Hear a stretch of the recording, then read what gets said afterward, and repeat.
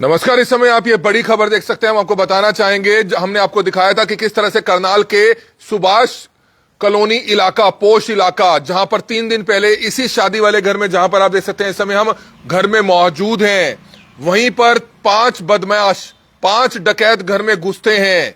उनको 5 को पकड़ लिया जाता है। लेकिन बड़ा अपडेट यह है कि उन 5 को कोर्ट में पेश किया गया और 5 के 5 जो डकैत हैं वो 6 दिन के पुलिस रिमांड पर हैं और 5 जो हैं पंजाब के रहने वाले बताए जा रहे हैं और जिसमें से 2 जो हैं बदमाश वो हिस्ट्री शीटर बदमाश बताए जा रहे हैं, जिन पर दर्जनों मामले दर्ज हैं। ये तस्वीर मैं आपको दिखाना चाहूंगा। ये बदमाशों की इस समय आप तस्वीर देख सकते हैं। ये काले टी शर्ट में जो आप ये युवक देख रहे हैं, ये राजा नाम बताया जा रहा है, जो पंजाब का काफी बड़ा बदमाश जिसे कहा जा सकता है, जिस पर लूट डकैती के कई मामले दर्ज हैं, यहां तक कि हथियार छीनने के कई मामले दर्ज हैं। बताया यह जा रहा है कि 50 से ऊपर मामले इसके ऊपर दर्ज है। इसके साथ एक दूसरा है, उसके ऊपर भी दर्जनों मामले दर्ज है। 4 से 5 मामले उसके ऊपर दर्ज है अभिषेक। उसके अलावा 3 और अन्य जो डकैत पकड़े गए हैं उन पर भी कार्रवाई की जा रही है। और इस समय हम आपको बताएं कि जो आदित्य पसीजा के जो फादर हैं वो इस समय हमारे साथ मौजूद हैं। आप देख सकते हैं, उनसे भी बातचीत करना चाहेंगे, लेकिन आप सबके आशीर्वाद से, भगवान की कृपा से, जो दूल्हा है जिसके गोली मारी गई थी, जिसको चोट मारी गई थी, उसकी हालत अब काफी ज्यादा सुधार है। शुक्र है भगवान का कि उसकी हालत अब काफी ज्यादा सही है। अभी उनके फादर से हमारी बात हुई है, वो इस समय हमारे साथ मौजूद है। बाबूजी, क्या कुछ बताना चाहेंगे? सबसे पहले बेटे की हालत कैसी है जिनको गोली मारी गई थी बदमाशों द्वारा, और कैसी बात हुई आपकी? बेटा ठीक है जी, और कल रात को उसको आईसीयू से नॉर्मल उसमें रूम में शिफ्ट कर दिया है और बहुत बढ़िया सब ठीक है जी उसका। तो घबराया हुआ जरूर होगा थोड़ा अभी? कई चीजें जो दिमाग में छप जाती है, मैं वही कहता हूँ, चीज जो दिमाग में छप जाती है ना, वो निकलेगी कब ये मालूम नहीं। शरीर का घाव तो भर जाएगा साहब। तो क्या कुछ बताना चाहेंगे? अब जैसे कि 6 दिन के रिमांड पर लिया गया है, क्योंकि जो ये मामला हुआ इससे पूरा करनाल शहर जुड़ा हुआ है। करनाल शहर के तमाम लोग चाहते हैं कि इस मामले में हर अपडेट उन तक पहुंचे, क्योंकि कल को किसी और के साथ ऐसी वारदात ना हो। हर आदमी जागरूक हो, हर आदमी अलर्ट हो। साहब जो ये कांड हुआ ना, मतलब लोगों का जो बहुत लोग मिलने के लिए आए, जो मुझे लगता है कि भी सिंपथी थी कि भी एक जवान बच्चे के साथ और शादी के टाइम पे ऐसा हो रहा है, वो लोगों का प्यार था जो, और आप लोगों ने जो कवरेज किया उससे तुरंत कार्रवाई हुई थी। और आज सुबह कल फ़ोन आया था सीआईए से, तो हम लोग आज गए थे। उन्होंने जो रिकवरी की है, मैडम भी साथ गई थी और सिस्टर साथ थी, जिनकी ज्वेलरी का तो उनको रहता है, कैश का मुझे आइडिया था, और हमें बुला के सारी चीज़ दिखाई गई। और जो हमें उम्मीद थी कि हमारा ये मटेरियल गया है, क्योंकि काउंटिंग नहीं रहता है, उससे ज़्यादा उन्होंने हमें मटेरियल दिया। मतलब we are fully satisfied with their performance. मतलब पूरी रिकवरी हुई है, ये अच्छी बात है सर। और दूसरा एक बात ये निकलकर सामने आ रही है, जो अभी तक हमारे सूत्र बता रहे हैं कि सीआईए की जांच में जो अभी तक चीज निकलकर सामने आई है कि जो 5 ये डकैत आए थे, 4 हथियार इनके पास थे, अवैध पिस्तौल इनके पास थे, कारतूस इनके पास थे। ये बस से उतरते हैं करनाल में और फिर रिक्शा पकड़कर यहां पर इस कॉलोनी में पहुंचते हैं। और जानकारी जो शुरुआती तौर पर निकलकर सामने आ रही है कि अभी तक ऐसी कोई बात अभी तक नहीं जांच में निकली है कि किसी तरह की कोई मुखबरी उनके पास से हुई हो, यानी कि किसी ने मुखबरी करी हो। लेकिन ऐसा हो नहीं सकता है। लेकिन अभी रिमांड शुरू ही हुआ है, 6 दिन के पुलिस रिमांड पर है, और पुलिस रिमांड में तो कहते हैं ना कि गूंगा भी बोलने लग जाता है।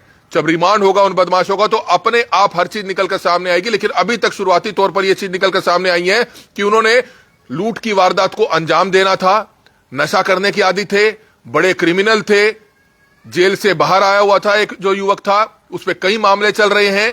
5 लोगों ने अपनी टीम बनाई, करनाल में आते हैं और एक पोश इलाका सर्च करते हैं। पोश इलाका जब उन्होंने सर्च किया तो यहां पर वो पहुंचे, तो ये हैरान कर देने वाली बात है कि वो इसी पसरीचा हाउस में कैसे आए, क्योंकि उस समय इस घर में ना तो लड़ियां लगी हुई थी, ना शादी वाला घर लग रहा था। लेकिन कैसे 8 बजे वो इस घर में घुसे, उनको क्या अंदाजा नहीं था कि उस घर में जेंट्स ज्यादा हो सकते हैं, उनके पास भी हथियार हो सकता है। लेकिन कहीं ना कहीं मुखबरी जरूर रही होगी। हालांकि अभी शुरुआती तौर पर ऐसी चीज निकलकर सामने अभी तक नहीं आई है, लेकिन रिमांड अभी चल रहा है। शायद हो सकता है कुछ ना कुछ मुखबरी जरूर रही हो, जैसे कि हम आपको पहले बता रहे थे कि शायद किसी नौकर चाकर ने, किसी पेंटर ने, किसी ने भी, हम किसी का नाम नहीं ले रहे, लेकिन हो सकता है कि किसी भी कर्मचारी ने या किसी लेबर क्लास व्यक्ति ने, किसी ने शायद कोई मुखबरी कर दी हो, ऐसा एक अंदाजा लगाया जा रहा था। बाबूजी क्या बताना चाहेंगे? हालांकि शुरुआती तौर पर अभी जो सूत्र बता रहे हैं कि अभी तक चीज निकलकर सामने नहीं आई है कि किसी ने उनको मुखबरी दी। अपने आप ही वो बता रहे हैं कि एक ही किसी भी घर में घुस गए। संदीप जी ऐसा बता रहे थे जो सीआईए इंचार्ज हैं कि वो एटेंडम आपके यहाँ है, लेकिन मेरा मन या मतलब नहीं मानता ऐसे कि भी कोई किसी के घर ऐसे जाता है। मतलब शादी वाली लड़ियां नहीं लगी थी, कोई ऐसा बाहर से वो नहीं लग रहा था, लेकिन वो आए अंदर और ऐसा लूटपाट करके गए और आपस में जो बोल रहे थे कि भी तू तो कह रहा था कि भी ज्यादा माल है और इतना तो कुछ नहीं है, तो वो खबर से तो आए हैं। मैं साहब को यही बोला कि ये 5 लोग हैं, ये आपके हैं, लेकिन मुझे ये पता होना चाहिए कि मेरी तरफ से किसी ने क्या मुखबरी करी है। मेरी अभी भी रिक्वेस्ट साहब लोगों से यही है कि मुझे ये पता होना चाहिए कि वो बंदा अभी भी मेरे यहाँ तो नहीं है कहीं। अगर घर के अंदर कोई ऐसा बंदा है जिसने मुखबरी की है तो उसका पकड़ा जाना जरूरी। बाकी उन 5 लोगों से उन्होंने मिलवाया, उनके पास है, बढ़िया से उनकी सेवा कर रखी है उन्होंने। पुलिस की कार्रवाई में कहीं कहीं कहीं कोई दिक्कत नहीं सर। नहीं बिल्कुल सर, पसीसा साहब पुलिस कार्रवाई अपनी बेहतर कर रही है, इसमें कोई दोहराई नहीं है। करनाल के एसपी गंगाराम पुनिया ने खुद दौरा किया था, उन्होंने पूरा आश्वस्त किया था पकड़े जाएंगे। और हमको बताया कि सबसे पहले हमारे पास जानकारी आई थी कि वहां का हमारा एक फॉलोवर था, जब पुलिस ने इनको जीरकपुर के पास पकड़ा, वो व्यक्ति वहां पर खड़ा था, उसने बताया कि ऐसे ऐसे करनाल और अंबाला पुलिस की टीमों ने पकड़ लिया है। लेकिन आपने बिल्कुल सही कहा कि मुखबरी करने वाले के बारे में पता जरूर चलना चाहिए, क्योंकि कल को ऐसा ना हो कि वो आपके घर में या घर में आना जाना रहता हो, और कम से कम क्लियर जरूर होनी चाहिए हर बात। बिल्कुल साहब, पता तो होना चाहिए कि अपने घर में भेदी कौन है। बाकी ये आप वाली टीम ने जो काम किया कि वहां से पहले ही पता मतलब लगा है, तो बहुत बड़ी चीज है। जो आप लोग मीडिया बहुत स्ट्रांग है साहब, आप बहुत बहुत बेहतरीन साहब। एक चीज ये पूछना चाहेंगे सर, उस दिन हुआ क्या था, एग्जैक्ट कितने बजे वो आए थे? आप लोग सो रहे थे, दरवाजा खुला हुआ था, कैसे उन्होंने बेल बजाई, कैसे वो अंदर घुसे ताकि दूसरे लोग भी अलर्ट हो पाए? क्योंकि जिस हिसाब से आजकल शादियों का सीजन चल रहा है, हर किसी के घर में शादियां हैं, अलर्ट कैसे रहे लोग? क्या हुआ था उस दिन? सर मैं इस चीज के लिए ना बिल्कुल मेरे मन में इच्छा थी कि मैं बताऊं सबको कि हुआ क्या था, क्योंकि हर बार आके कोई ना कोई पूछता है। बिल्कुल, तो ये शायद लंबा होगा 2-4 मिनट का, लेकिन बताएं आप तसल्ली से, ताकि हर आदमी को पूछने की जरूरत ना पड़े। हमारी अपील है, क्योंकि इस समय परिवार ऐसे माहौल से गुजर रहा है कि हर आदमी आके डिटेल में ये चीज ना पूछे। जो पिताजी हैं, बाबूजी हैं, वो खुद बता रहे हैं कि क्या कुछ वारदात हुई थी, ताकि तमाम लोग इस चीज से ही जागरूक हो सके। मतलब जो मैं बताऊंगा उसको जरा मतलब समझने की कोशिश करो कि वो कैसे उनका वर्किंग स्टाइल था। लगभग 8:25-30 की बात है, सुबह मेरा बेटा और सिस्टर बाहर निकल रहे थे, एक पेटा है हमारे पास घुमाने के लिए। उसी टाइम कोई व्यक्ति आया, कहते डॉक्टर साहब का घर यही है। तो कहने का यहाँ कोई डॉक्टर नहीं रहते हैं। कहता जी वो डॉक्टर, फिर उसने वही बोला कि इस बंदे का नाम ये है। वो कहते नहीं है, कहते मालिक को बुलाओ। सिस्टर ने बोला मालिक जब तू नाम ही गलत बोल रहा है भाई तो फिर क्या मतलब? इसके पीछे पीछे 4 लोग और अंदर आए, तो उन्होंने गन निकाल के सिस्टर को और बेटे को अंदर ले गए।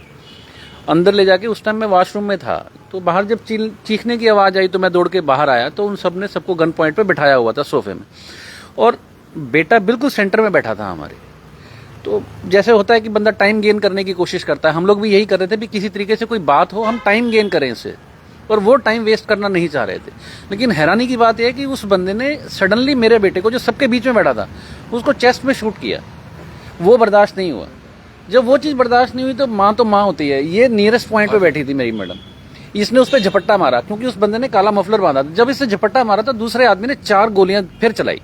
4 गोली उसने फिर चलाई, एक बेटे की छाती पे लग चुकी थी। लेकिन जब उसकी ब्लीडिंग देखी हम लोग, मतलब वो मारना चाहता था, बेटे को गोली मारना चाहता था, या 4 उसने हवाई फायर किए, एक गोली लग गई बेटे को? पहली गोली बेटे की छाती में लगी थी, तभी उसने रिएक्ट किया, क्योंकि माँ कभी नहीं देख सकती है साहब जी।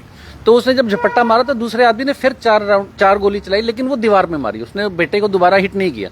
लेकिन बेटा बिल्कुल चुपचाप बैठा था, उसने कोई रेजिस्टेंस कुछ नहीं था, क्योंकि दादा दादी ने दाएं बाएं संभाल रखा था कि कोई एक्शन नहीं होना है। फिर भी उसको उन्होंने शूट किया। जब ये मैडम उस पर कूदी तो उन्होंने 4 गोलियां और चलाई। जब उसकी ब्लीडिंग देखी तो हम लोगों ने सरेंडर किया कि भी जो है ले जाओ तुम। जो मटेरियल था, एक लॉकर खोला, दूसरा लॉकर खोला। जब दूसरे लॉकर में इसको लेके गए तो वो नहीं खुल रहा था, इसके हाथ कांप रहे थे बेचारी के, वो टाइम अलग होता है। तो उसने फिर इस पे राउंड किया, एक गोली अंदर दूसरे वाले लॉकर के पास में उसके चलाई। तो फिर हमने तो लॉकर खोल के दे दिया, जो लेना है ले जाओ। फिर भी उनका ना पेट नहीं भर रहा था कि भी यार अमाउंट कम है। तो मैंने उसको बोला ये बच्चा ब्लीडिंग कर रहा है, उसका इलाज होने दो यार, तुम ये अगर इसका इलाज नहीं होगा, अगर इसको कुछ हो गया फिर तू और मरेगा, तू चला जाए यहाँ से। फिर भी उसको नहीं मन भरा था। लेकिन एक उनमें कुछ ऐसा था जिसने उसको बोला, कहता ये ठीक करा, तू निकल यहाँ से। फिर वो DVR लेके गए, हमें कमरे में बंद किया। लेकिन दिमाग बहुत खराब था। जाते जाते हमारे को उन्होंने चाहा कि एक कमरे में बंद करके जाएं। सबसे आखिरी कमरा जहाँ उसको बेटे को उन्होंने घेर रखा था, वो उस कमरे में हमें बंद किया। लेकिन बेटे को जिसको ब्लीडिंग हुई थी उसने थोड़ी सी समझदारी ये की कि वो जो मोबाइल था उसका वो अपनी जेब में ही रखा। बाकी हम सब के मोबाइल उन्होंने एक साइड में रख दिए थे। वो मोबाइल अपने साथ अपने रूम में ले गया था। वो जब अपने रूम में ले गया, कुदरती हमें उस रूम में बंद किया गया। जब उन्होंने बंद किया तो हमने अंदर से चिटकनी लगा कि हम सेफ हो गए। कि हम सेफ हैं अभी, वो बोले कि हम अभी 10 मिनट और तलाशी लेंगे, बाहर मत निकलना। फिर दिमाग में दूसरी चिंता ये थी कि मेरा छोटा बेटा जो उस टाइम जिम से आने का टाइम था, वो कुदरती वही टाइम बन रहा था। दिमाग शांत हुआ तो बेटे के ने बोला कि मैं कहा कोई फ़ोन ढूंढो, क्योंकि हमारे पास कुछ नहीं है, किसी को कैसे बताएंगे। तो बेटे ने जेब से फ़ोन निकाला, सबसे पहला फ़ोन किया मैंने बेटे को, नकुल जो जिम से आ रहा था, कहाँ है, कहता निकल रहा हूँ जिम से। मैं कहा 15 मिनट घर पे मत आना। तो पापा क्या हुआ, मैं कहा फ़ोन काट, 15 मिनट घर नहीं आना। फिर छोटा ब्रदर भी घर की तरफ आ रहा था, उसको फ़ोन किया कि बेटा तू घर मत आ, कहता क्या हुआ, मैं कहा 15 मिनट रुको, तुम सब रुको। फिर उसके बाद थोड़ा सा और दिमाग शांत करके बेटा जो था वो मॉडल टाउन से जिम से आ रहा था, तो रास्ते में थाना था, मैं कहा तो थाने में जाओ, वहाँ रिपोर्ट करो। वहाँ रामलाल जी थे, तुरंत कार्रवाई हुई। फिर एक मेरे मित्र हैं जो एसपी साहब के भी मित्र हैं, वो तुरंत फ़ोन उठने वाली भी बात होती है, इसलिए उनको बोला 15 से 20 मिनट के अंदर एसपी साहब भी यहीं थे, एसएचओ साहब भी यहीं थे। और मुझे लगता है इसी तुरंत कार्रवाई की वजह से जो ये पकड़ा गया है सारा सिस्टम, जो बहुत मेहनत भी रही उनकी, तो इसीलिए मुझे लगता है। लेकिन मतलब जो ये कांड हुआ है ना, थोड़ा सा जब मन शांत हो तो कार्रवाई हो जाती है, पैनिक नहीं। वो जो बाद वाले हमारे 3-4 मिनट जो हमें मिले थे, वो बहुत बढ़िया काम किया, पुलिस की कार्रवाई ने बढ़िया काम किया। मन शांत करके जो करोगे तो वो हो जाता है, हल निकल जाता है। मतलब अग्रेसिव नहीं होना चाहिए, ठंडे दिमाग से सूझबूझ का परिचय दिया परिवार ने। और आज आप देख सकते हैं कि कैसे 5 डकैत पकड़े जाते हैं। और लोगों से यही अपील है, एक तो जागरूकता बहुत जरूरी है, जैसा कि बाबूजी ने बताया कि समय रहते आपको जागरूक होना है। अगर भविष्य में भगवान ना करे कि कभी किसी के साथ ऐसी वारदात हो, अगर वारदात होती है तो आपने कोशिश यही करनी है कि ज्यादा आपने हाइपर नहीं होना है। अगर उनके सामने पास हथियार है, आपने उनसे उलझना नहीं है, क्योंकि वो गोली चला सकते हैं, क्योंकि उन्होंने वो वारदात करके जानी है। अगर आप उलझेंगे तो आपको गोली मारेंगे और फिर भी वो वारदात करेंगे। कोशिश ये करें उलझे नहीं।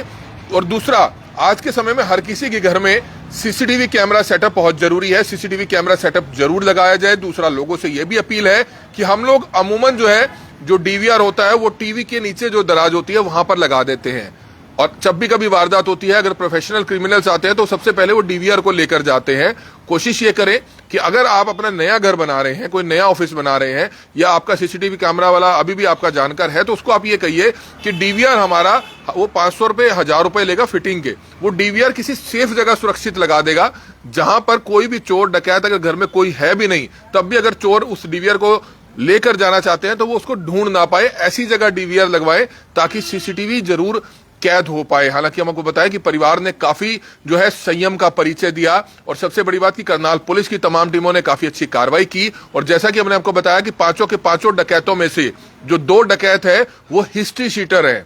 वो हिस्ट्री शीटर है, जिसमें एक राजा नाम का जो क्रिमिनल है, हमने आपको बताया कि उस पर 55 मामले चल रहे हैं, उस पर 55 मामले चल रहे हैं। एक अभिषेक नाम का है, उस पर 4 मामले चल रहे हैं। और ऐसे ही 3 अन्य आरोपी हैं, पुलिस उनका भी डाटा खंगाल रही है। पंजाब के लुधियाना साइड के रहने वाले हैं। हालांकि शुरुआती जांच में अभी तक ये चीज निकलकर सामने आई है कि उनको यहां से कोई मुखबरी नहीं हुई, जैसा कि हमें लग रहा था कि शायद किसी ने मुखबरी करी होगी कि शादी वाला घर है, लड़का बाहर से आया है, पैसा होगा, डॉलर होगा, ज्वेलरी होगी। अभी तक के जो रिमांड में जो चीजें निकलकर सामने आई, जो पुलिस सोर्सेस बता रहे हैं कि अभी तक के रिमांड में ये चीज निकलकर सामने आई है कि वो ऑटोमेटिक यहां पर आते हैं करनाल में, गूगल पे सर्च करते हैं पोश इलाका, उनको इस कॉलोनी में वो यहां पर आते हैं। और एक नया बना घर था, इसमें वो 5 बदमाश 4 हथियार लेकर सीधा घुस जाते हैं। हालांकि बात हजम होने वाली नहीं है, क्योंकि जैसा कि अंकल ने बताया कि उनमें से एक जो बदमाश था वो ये कह रहा था कि तू तो कह रहा था कि यहाँ बहुत कुछ है। ये अंकल जी क्या बात हुई थी, ये भी एग्जैक्ट बताएंगे कि किसने सुना था और किसने किसको कही थी ये बात? 2 थे जो मास्टरमाइंड है ना, जो मतलब एक तो 3 तो बच्चे छोटी उम्र के थे, 18 से 20 साल के रहे होंगे तीनों। बड़े जो 2 गैंगस्टर थे, उन्हीं ने लोकर ऑपरेट करवाया हमारे से धक्के से। तो उस टाइम जब पता क्या होता, कैश था मतलब रखा हुआ, तो पहले लोकर में था, हम लोगों ने भी वहीं लेके जाना था जहां कम कैश है कि शायद जान बच जाए। तो वो उसने सरप्राइजिंगली उसको बोला। और ये पुलिस वाले कह रहे हैं कि भी एट रैंडम आया, मैं उस थ्योरी पे नहीं मानता हूँ। मतलब वो आए हैं, उनको जिस तरीके से वो बात कर रहे हैं। अभी तो रिमांड चल रहा है, ऐसी बात नहीं, 5 दिन का रिमांड हो रहा है, वो तो कबूल लेंगे। ऐसी बात है, जो चीज आएगी पुलिस तो हर दूध का दूध और पानी का पानी करेगी। वो बहुत बढ़िया उन्होंने कार्रवाई की और मुझे लगता है वो करेंगे। लेकिन जो वो थ्योरी है ना कि वो एट रैंडम आए, ऐसा नहीं है साहब। वो मतलब पर्टिकुलरली आए हैं और टारगेट पे हमें लिया उन्होंने। लेकिन पेशेंस, ये बात क्या कही कि आपने कहा था पैसे यहाँ ज्यादा है? जब वो लोकर ऑपरेट किया ना, तो उसमें जैसे कैश पड़ा था, अंदर कैश था, थोड़ा गोल्ड था, तो वो कैश देख के एक बंदे का मन नहीं भरा। कहता यार तू तो कह रहा था बहुत पैसा है, तेरी रिपोर्ट गलत कैसे हो सकती है, ये उसके वर्ड से। और जो वर्ड से वो बात कर रहे थे, ही वाज सरप्राइज। तो वो गलत नहीं थे आपस में, वो ठीक बात कर रहे थे। तो इससे मुझे लगता है कि वो किसी के कहने पे यहाँ थे। तो मेरी रिक्वेस्ट साहब लोगों से भी यही है कि थोड़ा सा ये तो जरूर पता करें कि मुखबरी किसकी थी या कौन बंदा इंटरनल था जो उनको गाइड कर रहा था। तो बिल्कुल, हालांकि पुलिस जो है, पुलिस का कहना यह है, करनाल के एसपी गंगाराम पुनिया और तमाम पुलिस की टीमें, सीआईए की टीमें जिन्होंने बहुत अच्छी कार्रवाई की है, उनका कहना यह है कि जल्द से जल्द इस मामले का पूरा खुलासा किया जाएगा। प्रेस कॉन्फ्रेंस कर पूरी बात जो है मीडिया के सामने रखी जाएगी। जल्दबाजी में कोई ऐसी बात नहीं कही जा सकती है, लेकिन इतना जरूर है कि 6 दिन का रिमांड जरूर मिला है और आज 1 दिन रिमांड का पूरा हो चुका है। पुलिस के हाथ काफी सबूत मिल रहे हैं, पता लगाया जा रहा है कि वो हथियार कहां से लाए थे, वो कारतूस कहां से लाए थे, और सबसे बड़ी बात यह है कि आखिरकार इस घर में घुसने के लिए क्या कोई मुखबरी हुई थी, क्योंकि परिवार के लोगों को भी जिंदगी भर जो है यह चीज रहेगी कि आखिरकार पता चले कि आखिरकार किसने मुखबरी करी या वो ऐसे ही घुसे। हालांकि 5 दिन का रिमांड है, पुलिस जरूर इसमें दूध का दूध और पानी का पानी जरूर करेगी, लेकिन एक अच्छी खबर है कि आदित्य, जिनको गोली लगी थी कंधे पर, उनकी हालत बिल्कुल ठीक है, हालांकि हॉस्पिटल में एडमिट है और पूरा परिवार आप देख सकते हैं कैसे जो है इस समय करनाल पुलिस का भी जो है धन्यवाद कर रहा है। लेकिन जागरूकता के लिए, जैसे कि बाबूजी ने बताया कि भगवान ना करे किसी और के साथ ऐसी वारदात हो, इसलिए सामने आकर उन्होंने अपनी पूरी बात रखी है ताकि तमाम लोग जागरूक हो पाए। लोग डरते हैं, लोग घबराते हैं, बोलते नहीं हैं, लेकिन बोलना चाहिए। अगर आप बोलेंगे तभी आप हजारों लाखों लोगों को जागरूक हो कर सकते हैं, क्योंकि आपके साथ तो हुआ वो हो चुका है, लेकिन कम से कम आप जब इस चीज को बताएंगे तो दूसरे लोग भी जागरूक हो पाएंगे, अलर्ट हो पाएंगे। और इन 5 डकैतों के बारे में अगर किसी को भी कोई भी ऐसी गुप्त जानकारी है, क्योंकि वो जब करनाल में आए तो क्या वो किसी और घर में घुसे, किसी को और को डराने की कोशिश करी, हो सकता है शायद किसी और घर में घुसे हो, किसी गली में गए भी हैं पीछे। अगर उनके पास भी कोई भी जानकारी है, वो तो सीधा करनाल पुलिस से संपर्क कर सकता है। पुलिस उनका नाम गुप्त रखेगी, उनसे घबराने की जरूरत बिल्कुल भी नहीं है। अगर आप कोई जानकारी शेयर करेंगे तो शायद हो सकता है कि पुलिस का भी सहयोग हो पाए और परिवार का भी सहयोग हो पाए और ऐसे क्रिमिनल माइंड के जो लोग हैं उनके खिलाफ और ज्यादा सख्त कार्रवाई हो पाए। इसलिए डरने की जरूरत नहीं है। कोई भी ऐसी जानकारी हो, अगर आपके पास कोई भी क्लू है इन 5 डकैतों के बारे में, तो कोई भी जानकारी हो तो आप उसको अपने अंदर ना रखें, पुलिस से साझा जरूर करें। कमल मिट्टा, करनाल ब्रेकिंग न्यूज, करनाल।